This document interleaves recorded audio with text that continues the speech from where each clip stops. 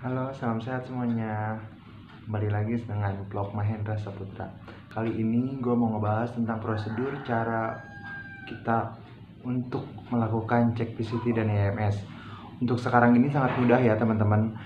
Jadi kita tinggal datang ke layanan, contoh layanannya puskesmas ya. Sekarang udah banyak puskesmas di Tangerang terutama ya, yang udah ada layanan PCT dan EMS-nya. Dan caranya itu mudah banget, tinggal kita daftar, terus ntar diarahin. Biasanya di sana ada para pendamping sebaya ya disebutnya. Dia akan membantu kita prosedurnya gimana caranya kita untuk melakukan cek PCT dan EMS. Dan kita di sana langsung diarahkan untuk ke lab. Untuk biasanya kita sebelumnya dikasih suruh ngisi data dulu sih. Sebenarnya itu data untuk sebenarnya itu data aman, nggak akan tersebar kemana-mana karena itu kan rahasia ya. Pasien positif HIV aja kan emang dilindungi sebenarnya. Jadi kalau ada yang udah positif dan temennya ada yang menyebarkan, kita bisa nuntut. Jadi yang belum pernah cek PCT dan takut, aman kok sebenarnya cek PCT itu. Dan kita lanjut lagi ya. Kita kearahin ke untuk prosedur yang dari awal tadi. Kalau udah kita diarahin sama pendamping, suruh ngisi data diri, terus nanti dipanggil sama dokter yang di labnya, habis diambil darah, tunggu kurang lebih 15-30 menit. Biasanya kalau hasilnya positif kita agak lama ya, jadi ya was-was deh.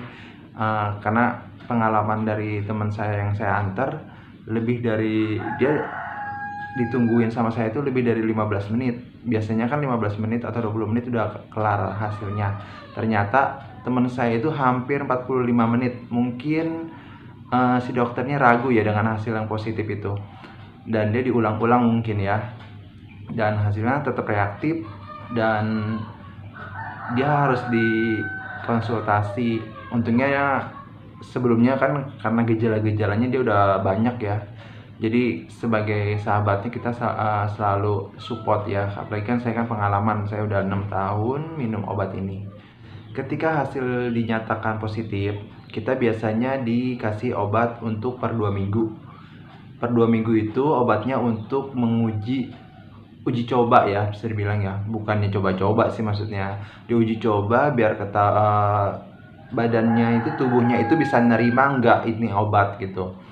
Jadi dikasih per 2 minggu, dan itu dengan catatan kita harus minumnya tepat waktu, nggak boleh kurang, nggak boleh lebih, sebisa mungkin. Makanya kita dianjurkan untuk pasien-pasien baru itu, biasanya kita dianjurkan untuk pasang alarm. Itu sih pengalaman saya ya. Saya dari pengalaman saya yang dari di rumah sakit, saya selalu mandiri, dengan dalam arti walaupun keluarga ngingetin untuk minum obat gitu ya, tapi kita juga harus mandiri karena nggak selamanya kan kita dekat sama keluarga, apalagi yang perantauan tinggal sendiri gitu kan. Jadi lebih ke, biasanya tuh kalau orang yang udah ketahuan positif biasanya dia tuh murung, takut, jadi kayak nggak ada yang mau temenan sama gua gitu kan. Tapi jangan salah, jadi banyak kok, nggak sendiri, cuma tergantung orangnya ya. Karena banyak orang yang udah positif, dia cuek, dalam arti bodo amat, lu gua gue gitu kan.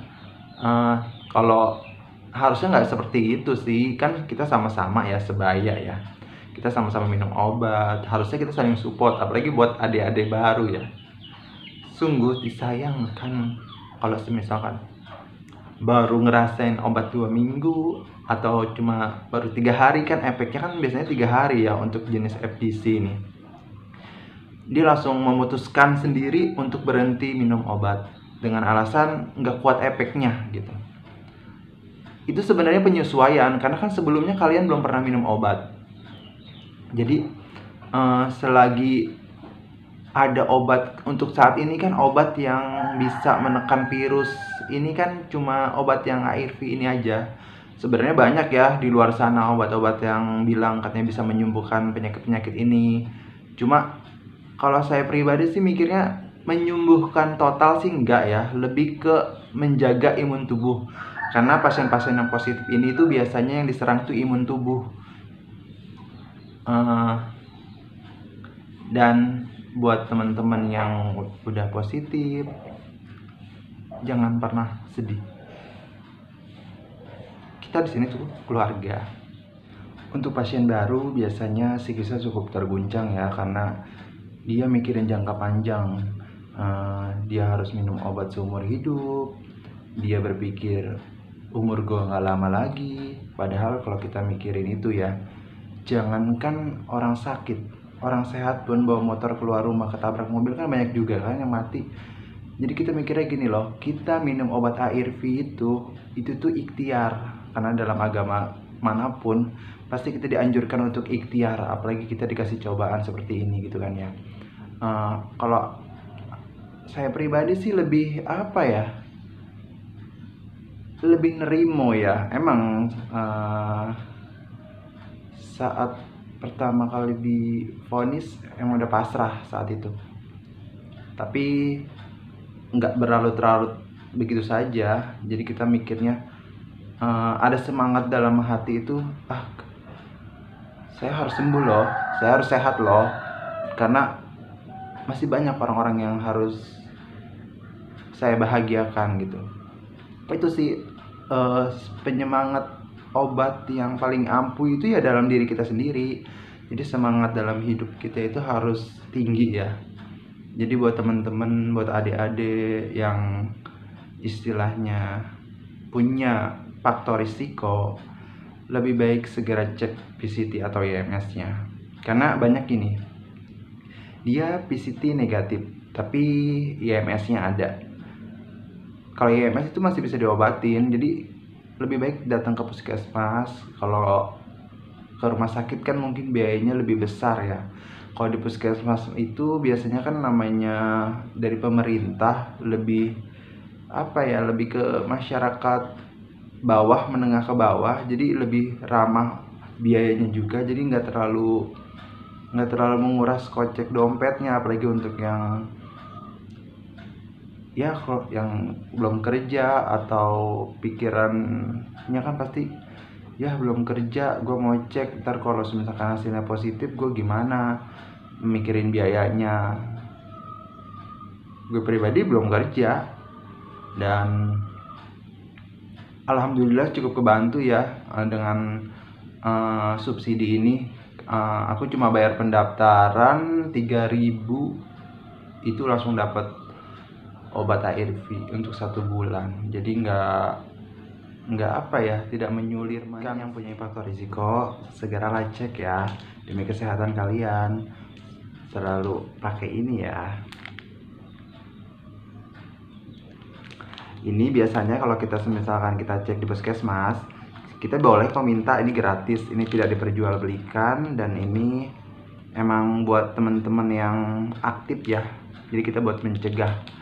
Dan inilah cara amannya sih lebihnya, karena kan kita nggak bisa memungkiri ya, namanya contoh ya kayak pekerja seks atau yang istilahnya mencari kebutuhan hidupnya dengan cara ini. Kita bukan bukannya untuk melegalkan sih, dalam arti untuk melakukan prostitusi, tapi lebih ke mencegah biar adik-adik kita yang baru-baru yang masih ABG tidak terkena penyakit ini. Karena penyakit ini tuh sampai saat ini juga tuh belum ditemukan obatnya. Jadi buat teman-teman selalu jaga kesehatan ya.